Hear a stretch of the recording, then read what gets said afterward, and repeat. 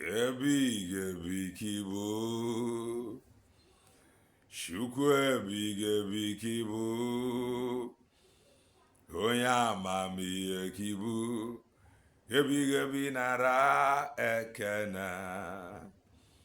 Chukwu ebighị kibo, nderi atụ egwu kibo, ebulite ozu atụba kibo. Ebighị nara ekene, bulie ya elu, bulie ya elu anyị. Jehova kachasị mmadụ niile elu. Hey. Odogwu akata aka anyị kachasị mmadụ niile elu. Asị m gị bulie ya elu. Ndị eziokwu bulienu ya elu. Jehova kachasị mmadụ niile elu. Odogwu akata aka anyị kachasị mmadụ niile elu. Nwanne nwoke bulie ya elu. Nwanne nwanyị bulie ya elu. Jehova kachasị mmadụ niile elu. Arụpụ a na-afụ mmụọ kachasị mmadụ niile elu. Ndị kwere ekwe bulie ya elu. Ndị kwere ekwe bulie ya elu. Ndị eri atụ egwu kachasị mmadụ niile elu. Ike nkwaba mba kachasị mmadụ niile elu. Onye isi ndị mmụọ ozi kachasị mmadụ niile elu. Ọfụma mara m kachasị mmadụ niile elu. Agbata oyi na nwa nwa kachasị mmadụ niile elu. Dedo nwegbu kachasị mmadụ niile elu. Igbo bụ Igbo. Igbo bụ Igbo biri kwenni. Anyị nwekwa n'ose ọjị.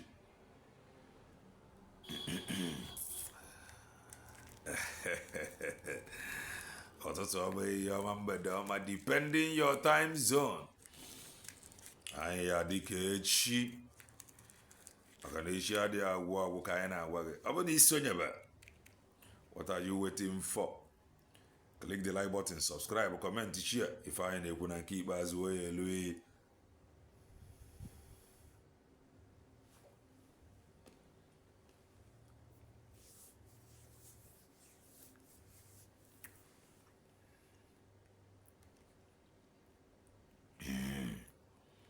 If you are just coming across our channel for the very first time, this is Nkere TV. We are live and we are direct, bringing you the gospel of redemption like your doorstep.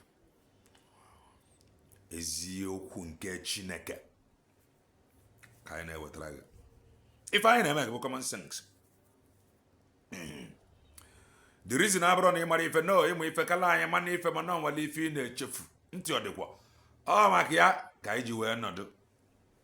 I just want to make common sense as always. It is going to be a quick one to those that are still confused. And there are two ways to choose a leader. Two ways. One, by election.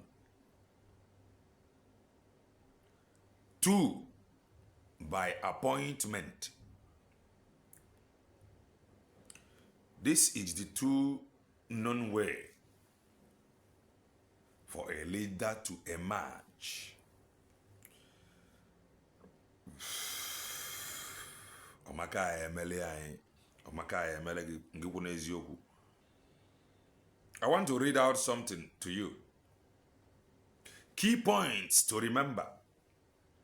Developing leadership skills. Regardless of how you become a leader, actively working on communication. Actively working on communication, decision making, empathy, and the ability to inspire others is crucial. I am going to take that part again. Key point to remember: developing leadership skills, regardless of how you become a leader, actively working on communication, decision making, empathy, and the ability to inspire others is crucial. The ability to inspire others, or the very, very crucial. Let us go and read.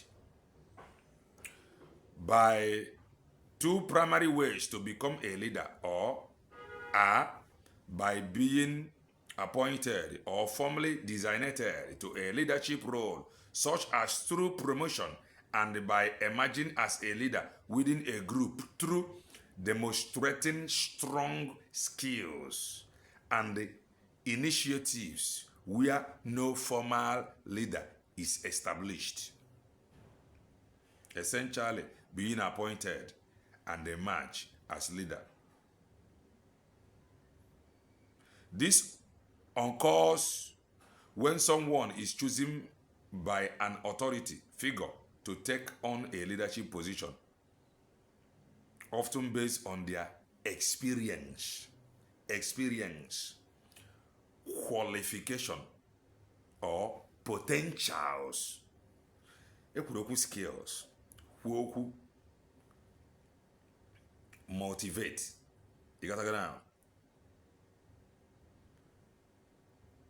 Kwuokwu potentials, skills, potentials, qualification, kwuokwu communication. And the Dr. Ngozi Orabeze said something that no bụrụ na Maazị Ekpa ma na-eji emenwu ya, he would have appointed you to be the leader. The reason whether na omega appoint bụ na your capacity, your qualification, your skills, your ability and your capability, the area you fit on. Yeah, what told you, this, madam, you must bow, the surrogate, which is the deputy. There is something about leadership. What happened in Nkere and backing of the spirit, every leadership position. The backing of the spirit. And the marble at that hand of backing, the hand of the spirit. If the hand is not backing you, you make a mistake.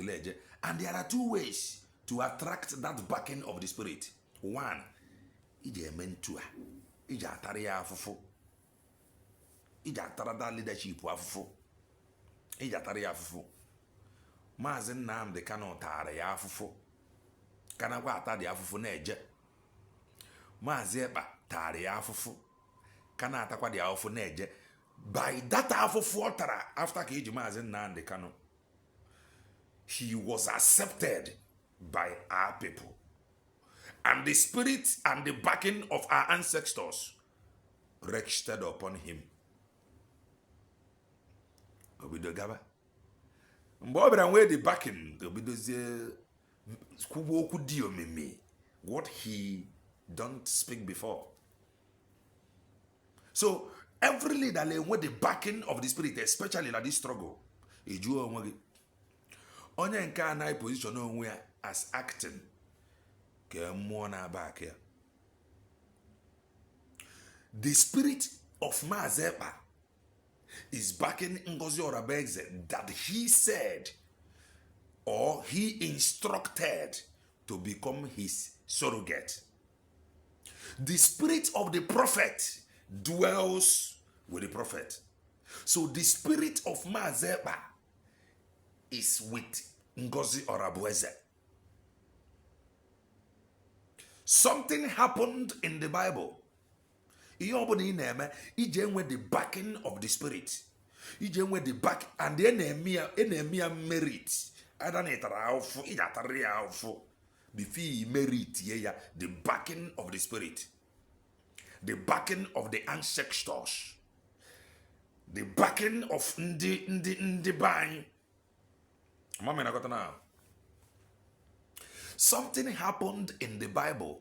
Ya na bagebo if ana tarafufu leadership ana tarafufu obro na itaba afufu Jesu ike. Madam, you must bow. Tarafufu Mazeba understand that she have the capacity, the ability to motivate. She have the potentials. She have the skills. That was why he appointed her among many. And immediately on that appointment, the spirit that dwells with him enter. Madam, you must bow. I don't know how you are going to understand it. Man, every leader, we always make like this, do like this. On Natalia Fufu, I believe not there being Natasia Fimabata. Why I redeclare Biafra. Man, before the redeclaration, she has been acting very well. She has been outspoken. She has been working. She has skills. She has qualifications, which is some characteristics that made up a leader. And the spirit of truth working with Biafrans rested upon her. Whereas man, those that don't have the backing of the spirit or the backing of our people, talk more of the backing of the one that was leading before he was taken in. They continue telling you, Mazeba said, I spoke to Mazeba. They brought out Mazeba's ex-wife, told her a different story entirely, just to convince you, desperados. That alone, that they don't have the backing of our people, that they don't have the backing of the man that was in charge, that they don't have the backing of the spirit.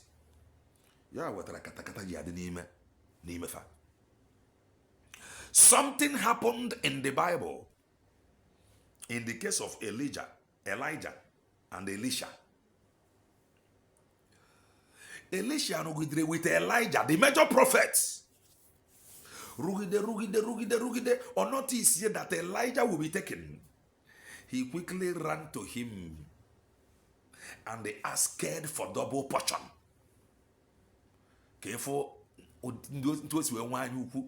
He asked for double portion. Elijah, being a wise man, said that you have asked something that is mighty, yet not impossible. If you can see when I will be taken by the chariots of fire, you will receive the double portion that you ask for. Continue working with me. That is the only way. Elijah na rahora Elisha mwanya, because he is desperately in need of that double portion. Elijah na rahora Elisha mwanya. Elijah na eje toilet, Elisha no na do. Elijah na eri nni, Elisha no nso. Elijah na eme travel, Elisha no there. Keifo na abagarre, because some are what it takes to have double portion. Double portion. And then what happened? He received it. Aka Elijah dakwasia obaike pam. Madam, you must bow. Babambo. Kamaze baputa. Surrogate. The another instruction that came, protecting the mandate should be everything for you. It should mean everything to you. Make sure you protect the mandate. Protect this mandate. In our instructions. protect this mandate on your genaka, protect this deputy on your genaka. I continue the art they go as you declare the Biafra. Continue the art they go. That was the instruction. And that instruction has spiritual backing. No, bro, no, boy, it can never be like her. The spirit of the prophets dwells with the prophet. The spirit of leadership rested upon her. Otagoria of Mazepa for no merit. One of the skills. One of the ability to communicate. We had Reba. Nkere her communicate to go to you. I don't think. As again, this happens when a person naturally gains influence within a group by demonstrating strong leadership qualities like problem solving. She has been demonstrating strong leadership qualities. That was why Mazepa appointed her among many. That was what made her to stand out among many. Yahweh Mazepa did that convince to the point go and tell her to make sure that she protects the mandate. Go and tell her, when you tell her the mandate, she will understand. Because Mazepa saw her as a woman that have leadership skills. Let me take that again. This occurs when someone is chosen by an authority figure to take on a leadership position, often based on their experience, qualification, or potentials. Let me take another. Emergent leadership. This happens when a person naturally gains influence within a group by demonstrating strong leadership qualities like problem solving, communication, and the ability to motivate others,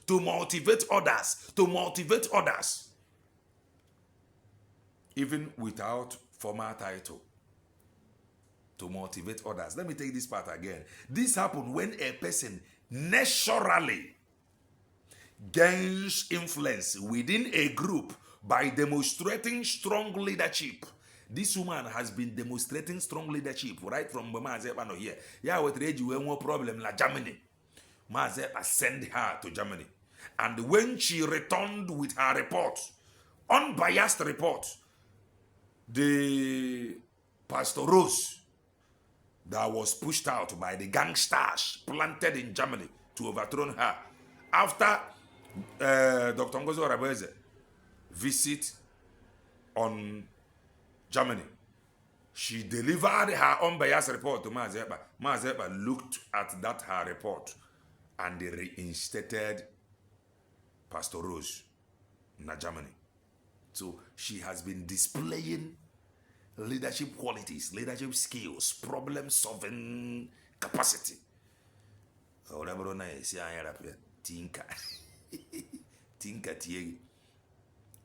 So let us now go. Communication, the very, very important. Ibru a leader. Oh, don't to debunk anything, no. Leave them or let them continue to talk. Go already. You will debunk communication. Communication. Ale push you me. He push you push you back. You must have the ability to communicate. Let me take it again. This happens when a person naturally gains influence. To some of you, laugh at a lot. Yeah, but you gotta go. Dunamis charisma. On a make you stand out. On a make people will want to hear from you. On a make other people, they will feel intimidated. Dunamis charisma. You gotta go. It will make you to stand out among many. Let me take it again. This happens when a person naturally, because she always come out. That is because she is naturally gifted, naturally endowed, or nurse or doctor, practicing. This happen. Yeah, that wasn't natural because some people when they feel law, but because of her. They lose all their job. The reason you lose their job is because she is naturally endowed. This happens when a person naturally gains influence within a group by demonstrating strong leadership qualities like problem solving, communication, and the ability to motivate others, even without a formal title.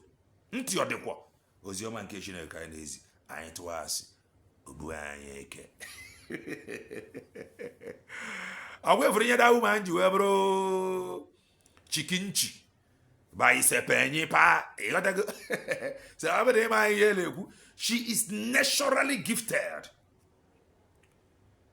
You got to go now. Naturally gains influence. Natural. Agwata aya na ọgwụ. Ereta aya na anya ụfụ. Esute aya na emu. Akọta arịa na mpeteri. Agbata arịa na saga. She is naturally endowed with that influence that will make you to feel inferior whenever she appears. Natural. Okay, let us go. No, the Kakasalana boss, Nadia comes. But before we go to this, let us listen to this. Careful the lamentation. Remember, Elisha asked for double portion. But here, Ngozi Orabeze asked for nothing. But because she is naturally gifted with this influence that made her to stand out among many, problem-solving ability, capability to make sure that she have this leadership oral all over her. That was why Mazeba Shobtaria ona gana abu problem solver. Abataya nemu akotaya nasri. Listen. I beg. No. The truth is that No. Go ahead. Okay. Hello, Peters. Yeah, ownership Biafra, go ahead. Now wait on, please. For some time now, I cease coming on space, speaking on one thing at a time. Yes, we are doing the needful. I congratulate you all that they have been doing what is needful. But sometimes on this space, we need to look at sometimes on what people are saying and the reason. No, they don't need to look at what people are saying. Why are we there? They have told him not to debunk anything. That as long as he continue to shout money, men on ground, that in the here with ego, because this was not how Mazeba fought and defeated IPOBDOS. So with Diako Oji, he cannot succeed. Don't stop telling him to debunk. Stop telling him to listen. What is he listening? Oji go to run the government on his own. So why will he listen? Let me take it back. Pay very close attention. Unbiased analysis. Here. Hello, Peters. Yeah, ownership Biafra, go ahead. Now wait on, please. For some time now, I cease coming on space, speaking on one thing at a time. Yes, we are doing the needful. I congratulate you all that they have been doing what is needful. But sometimes on this space, we need to look at sometimes on what people are saying and the reasons of what they are saying. Public opinions matters a lot. What happened a struggle like this? If a lawyer don't know with ego, public opinions matters. Allegations upon allegations. You refuse to debunk. You refuse to say anything. And in the Igbo, si no gbara nkịtị kwere ekwe, yet Igbo onye Igbo. Igba nkịtị, ikwere ekwe. Let's continue. Analyze it very well. You see, education is not about going to school. Put these things in when sometimes after we finish on spaces, let us go home. Let the government go home and play all these things we've been doing for the past. Who is the government? Who are their government? Or you call that government? He don't have the backing of the spirit. Or men are going to Uficha no go hit Makabiafra. Uficha no go hit. Uficha be. He cannot have the backing of the gods of the land.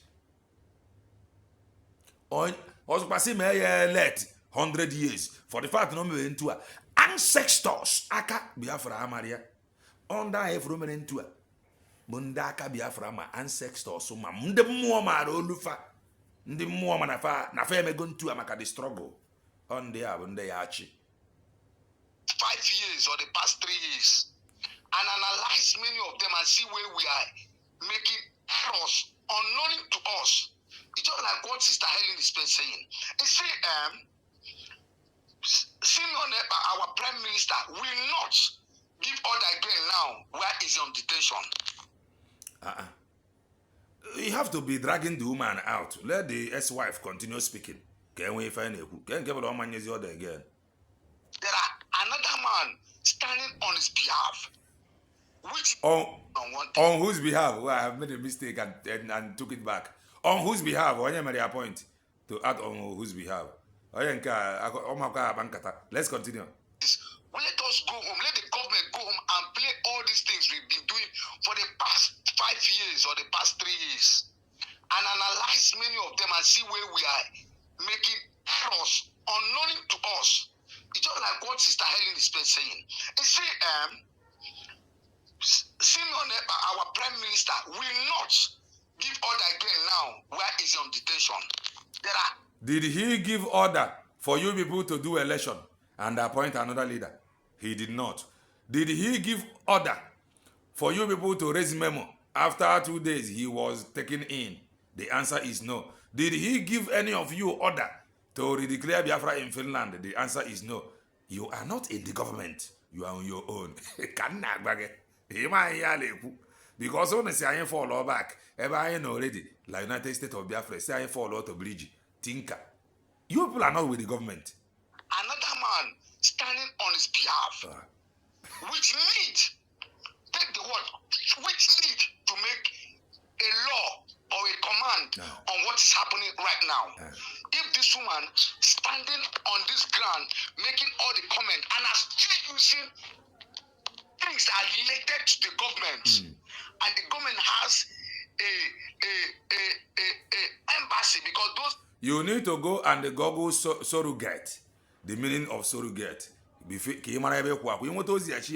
Let this brother only see Biafra, let he hear. Go and Google surrogate. Okay, you got that English. Reliance office are embassies. And we have gotten our license to go further in assigning some countries to put us into. How many countries called the ground in recognition? But Madam Yomosbao is sending even to Canada. Or send the other to Canada in recognition. In recognition. Recognition. How many countries called send the recognition paper?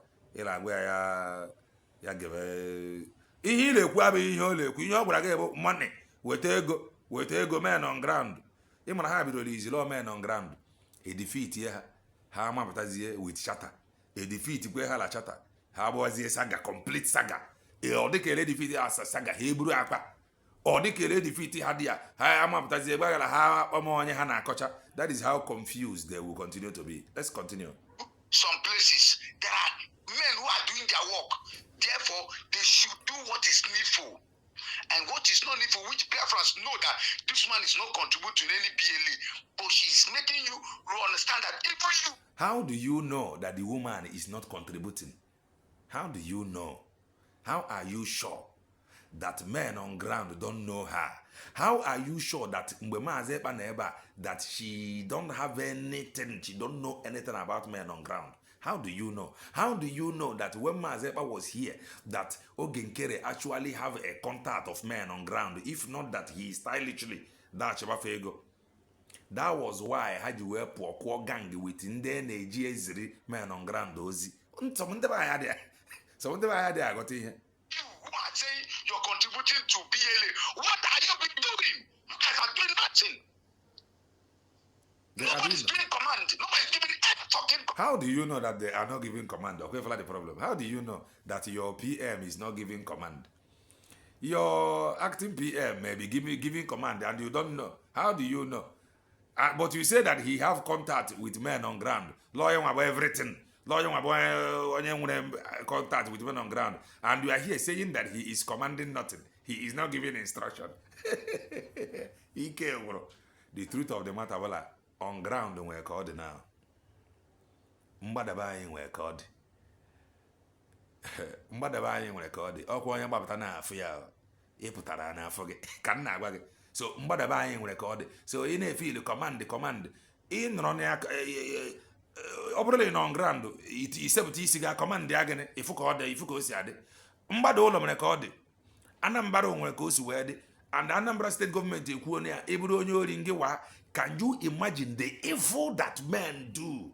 Hotel ka ị na-agba gị lee nwere 30 graveyards n'ime hotel. Ịrahụ ụra na be gị dị safe. Izokwuzie onwe gị eziokwu ịrahụ na hotel without informing anybody your location. Abịakwuo na hotel gbuo gị were gị mere sacrifice. Hotel dị n'ọba 30 graveyard bụ ihe dị ya. This is what ndị Igbo is doing to their fellow Igbos. Ya ka anyị ji agwa gị mgbe ụfọdụ na some things na-eme n'ala be anyị la ndị be anyị is equally contributing to it. Ije dị na-abụ Fulani o hotel a bụ onye Igbo nwe ya. Hotel a bụ ndị Igbo na-eme operate. Shrines a bụ ndị Igbo nwe ya. Graveyard 30 anyị adị n'ole na-egbu mmadụ 30. How many are we? Graveyard. Ala Igbo nwere ka ọ dị now. So iman eme expect any magic yo maka onye pụtakwa afịa. So uche gị ka m na-agba gị if you lizigwele in on ground isepụta isi ya command ya ifu ka o si adị. Ọ bụ mgbe niile men on ground ọ mmadụ ka ha bụ spirit. So isepụta isi afọ gị ka m na-agba gị na-ege ntị. Command, something needs to be done. We are not fools. If they are doing are sitting over there doesn't know what to do, they should step down and let people want to do one thing and let them do. Let him step down so that you can equally give the other. Mgbe aka eji amala ground mere ka ọ dị ka m na-agba gị. Ọ nwere ka ground dị na ịdị awe. Anambra state government bara into total cleansing. Kidnappers, car snatchers, total cleansing. Ụmụ dibịa oke ite. Ije feel ọnwụ ya na-eme isepụta isi gị na-asị nwa dibịa na-efolo yi. Ịghọtara na iji na-akwụgharị n'ibe eze nwaanyị na-amagharị isepụta isi na-efolo yi. Ka m na-agba gị. So Anambra nwere ka ọ dị kidnappers. Imagine ebe nwere 30 graveyard na nke a bụkwa n'ime ọfịa ọkwa na hotel. This is the evil. Ndebe anyị ụfọdụ ndebe anyị na-akọmiti na ndebe anyị ka ọ dị ọbụla not. Ọ dị ntụ ala obodo bongo niile nke be ndị Yoruba bụ a na-egburu isi steady. Onwe a na-akpụ ya skull harvesters ndị na-egburu isi mmadụ na-ebugharị isi. So ọ bịago to the point bụla all over the obodo onwere ozi ife ejiri ozu mmadụ kpọrọ. The insecurity adịgo this strong na ozu mmadụ n'obodo bongo niile onwere ife ejiri were kpọrọ. Mana on ground mee ka ọ dị. Let's continue. Do it. Enough is enough. If they don't know what, go and tell the APM that the driver says, if you don't know what to do, step down. Let me know what to do. Also, Nkere, I will know what to do. That Nkere should step down. And he don't have the backing, the hands of our ancestors, the hands of the gods. That immunity, he is on his own. And sorry to say this, for the fact no way that backing of the ancestors, that double portion, for the fact no way, anything with him is equally on his or her own. No coverage, no immunity anywhere. Because they are fighting a woman under immunity, a woman under unction to function. They are fighting her. They are fighting the woman under grace, under the coverage of Maazị Banjoko. Under the coverage of Maazị Banjoko. And Maazị Banjoko is operating under the coverage of Trinity. He is speaking for now, present generation, the past generation, ancestors, and the future generation. So by that instruction of Maazị Banjoko surrogate, he have transferred that Trinity to her to function. Manonye nke na agbazi the covering mba. So ọ bụrụ na you nwere anything to do with yanwa. Leru anya before you ga jump maka iwoji okwu. You can na why. Continue. Ozioma nke Chineke ka anyị na-ezi ọma anyị na-anya 1 naira. Na-abụghị super chat anyị na-receive here. Ndị Chukwu ji arụ ọrụ here. I support you, Onyeisi. Enough of this what this woman is doing. We are not playing anymore. We are not talking with anybody. Let him step down and let us do what we need to do. Step down. If you feel that you cannot Emebege masị gị step down. Inwe big. handle it, you feel like she needs to handle it, let her handle it. If she cannot handle it, someone is there to handle it. Something needs to be done. If you cannot handle it, allow her to handle it.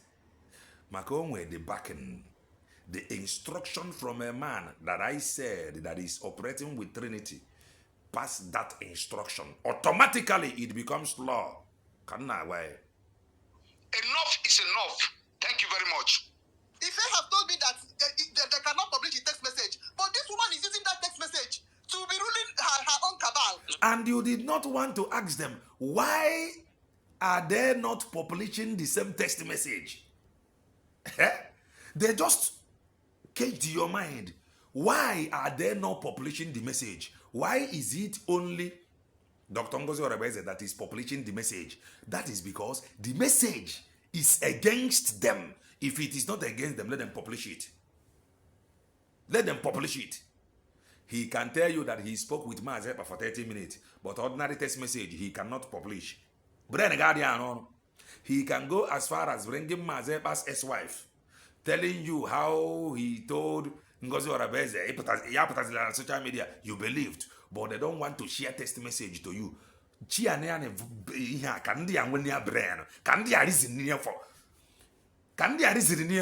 They can go as far as bringing Mazepa's ex-wife to convince you, but text message that may be against them, they don't want to share it to you, and you are not thinking. Share the message, let them get it. I na go here.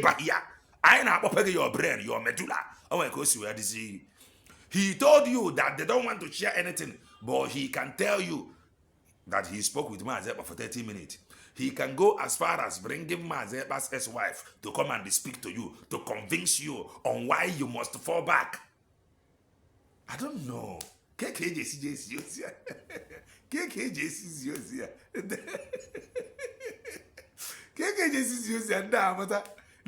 Propaganda from like IPOBDOS. Let's continue to listen. Let's continue. That is because the love have blinded their sense of reasoning. That is the honest truth. Let's continue.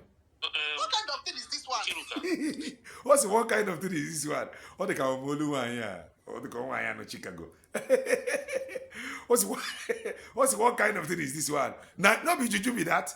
They can tell you, they can go as far as bringing Mazepa's ex-wife, Lamedia, but they don't want to share that text message. What kind of thing is this one? I just took it back. It's like I'm now falling in love with this, my analysis. Thinker! If you feel like you cannot handle it, you feel like she needs to handle it, let her handle it. If she cannot handle it, someone is there to handle it. Something needs to be done. Enough is enough. Thank you very much. If they have told me that they cannot publish a text message, but this woman is using that text message to be ruling her own cabal. What kind of thing is this one? What kind of thing is this one? Hey, I just mistakenly took it back. Oh, chai. Let me see. We can't use anything from PM, but she is using something from PM. But this woman is using that text message to be ruling her own cabal. What kind of thing is this one? Any message. We cannot use text message, but she's using the same text message. They can do other things, but anything coming from PM, they should not put it in public. This is the problem. They can do anything, but anything coming from the PM should not come to the public. But they are bringing Mazepa's ex-wife to the public. But they don't want to share that text message with you before. But they can go as far as to bring Mazepa. So that message is more powerful than Mazepa's ex-wife. How up on the camera. And they don't want to reason.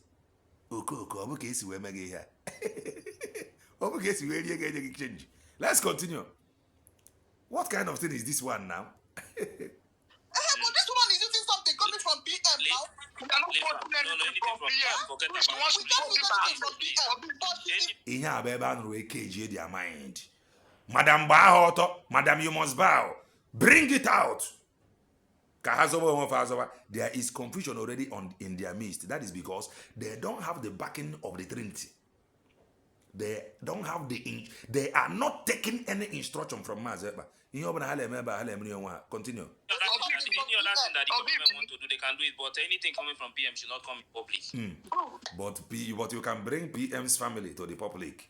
But you cannot bring mere text message. Mere text message. You cannot bring it to the public. But you can. So the text message is more powerful than Mazeba's ex-wife that you people brought to the media. In the really, well, change. So the government, our government doesn't post anything from PM. If she wants to post anything she feels she has as an evidence, please let her do it. Let her do it. But we don't contest it. Let us do what is needful. Eba ke beba nunu wejide ha la ha man publish ya, but na ha jeje kpota nwunye Maazekpa to convince them to fall back. But that text message, they don't want to share it. What is the content of that text message that made them not to share it? That should be the question. And you must force them to bring that message out. Maybe that is where your deliverance will start from. Immediately you saw that text message now, you receive your double portion immediately. After that text message, what is needful is what we want. And that is why sometimes Biafrans are saying we should not discuss about her, because we feel that we are not doing anything.